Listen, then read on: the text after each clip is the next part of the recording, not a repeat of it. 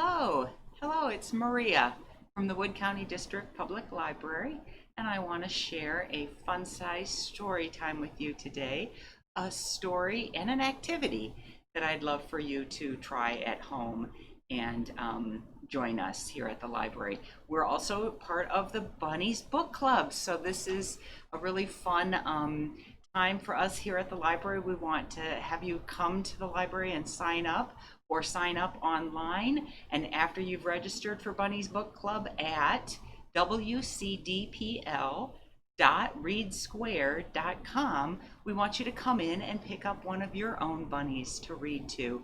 We were inspired with this project by Bunny's Book Club, so we want to share our good ideas with you. So I want to share today In a Jar, and there's some good ideas from this book as well. This story, In a Jar, is by Deborah Marcero, and thank you very much, Penguin Random House, for giving us permission to share this book. I love these end pages. In a Jar. Llewellyn was a collector. He collected things in jars. Like he's putting in some leaves. When he held a jar and peered inside, Llewellyn remembered all the wonderful things he had seen and done. Memory jar. He collected small, ordinary things like buttercups, feathers, and heart-shaped stones. Have you ever found a heart-shaped stone? That's special, isn't it? Buttercups and feathers. One night, the sunset painted the sky the color of tart cherry syrup. Llewellyn ventured down to the shore with as many jars as he could carry. A little girl named Evelyn was there too. There's Evelyn. Llewellyn scooped that cherry light into his jars, and when he was done, he gave one to Evelyn. Evelyn took the jar home, and to her surprise, it glowed through the night with the memory of that sunset. Special. Magic. From then on, Llewellyn and Evelyn collected things together. They collected things hard to hold, like rainbows, sound of the ocean, and the wind just before the snow falls. They collected things you might not think would even fit in a jar, but somehow they did. Somehow. They collected the wonders of winter. They're snowshoeing, having a snowball fight. The owl is looking at them, all kinds of things. Oh, they're sledding, ice skating, catching snowflakes on their tongues, things to look forward to, things to remember. Oh, they collected the newness of spring. Some snails, a picture of a duck and ducklings, some flowers, tadpoles. Oh, and the long days and shadows of summer.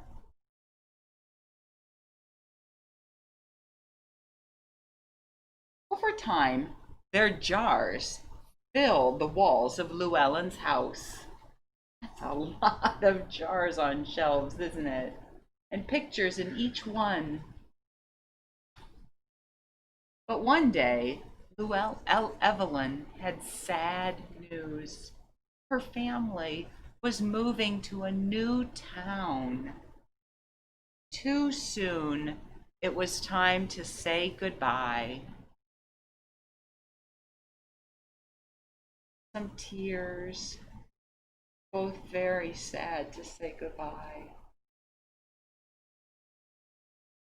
With Evelyn gone, Llewellyn's heart felt like an empty jar. Nothing is in it. Empty. One night, Llewellyn lay awake. Falling stars glittered against the dark sky. He wondered if Evelyn could see them too. That gave him an idea.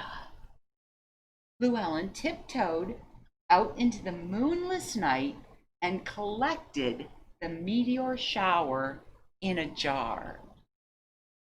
The next day, he prepared a package, putting it in a box and taking it to the post office, and it's getting on an airplane and it's being delivered to Evelyn. There's the postal carrier. When the box arrived, Evelyn opened the jar. The stars in the night sky fell around her. Evelyn knew just what to do. She collected the sounds, the crowds, and the bright night lights of her new home, and she sent them to Llewellyn. There's Llewellyn opening his package. And so the golden leaves of autumn began to fall once again. Llewellyn set out to collect a jar full for Evelyn. And a little boy named Max was there too. Luckily, Llewellyn had brought an extra jar. Wow, Max is a new friend. And he's going to get those good ideas from Llewellyn to share. Those beautiful leaves. Wow, in a jar. Well, I have an idea for you. We have an idea for you here at the library. We would like you to think about a joy jar. We have in our Connect magazine on the back page, the very last page, some suggestions of things that you could put in your joy jar. And we're asking you to cut those suggestions out, or you know what?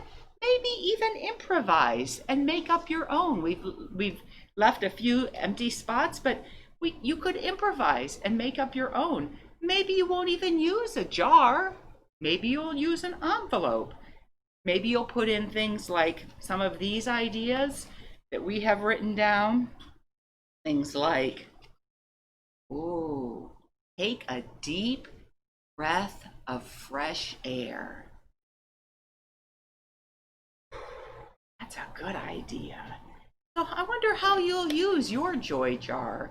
We're thinking that you might use it maybe to read something and do something every day.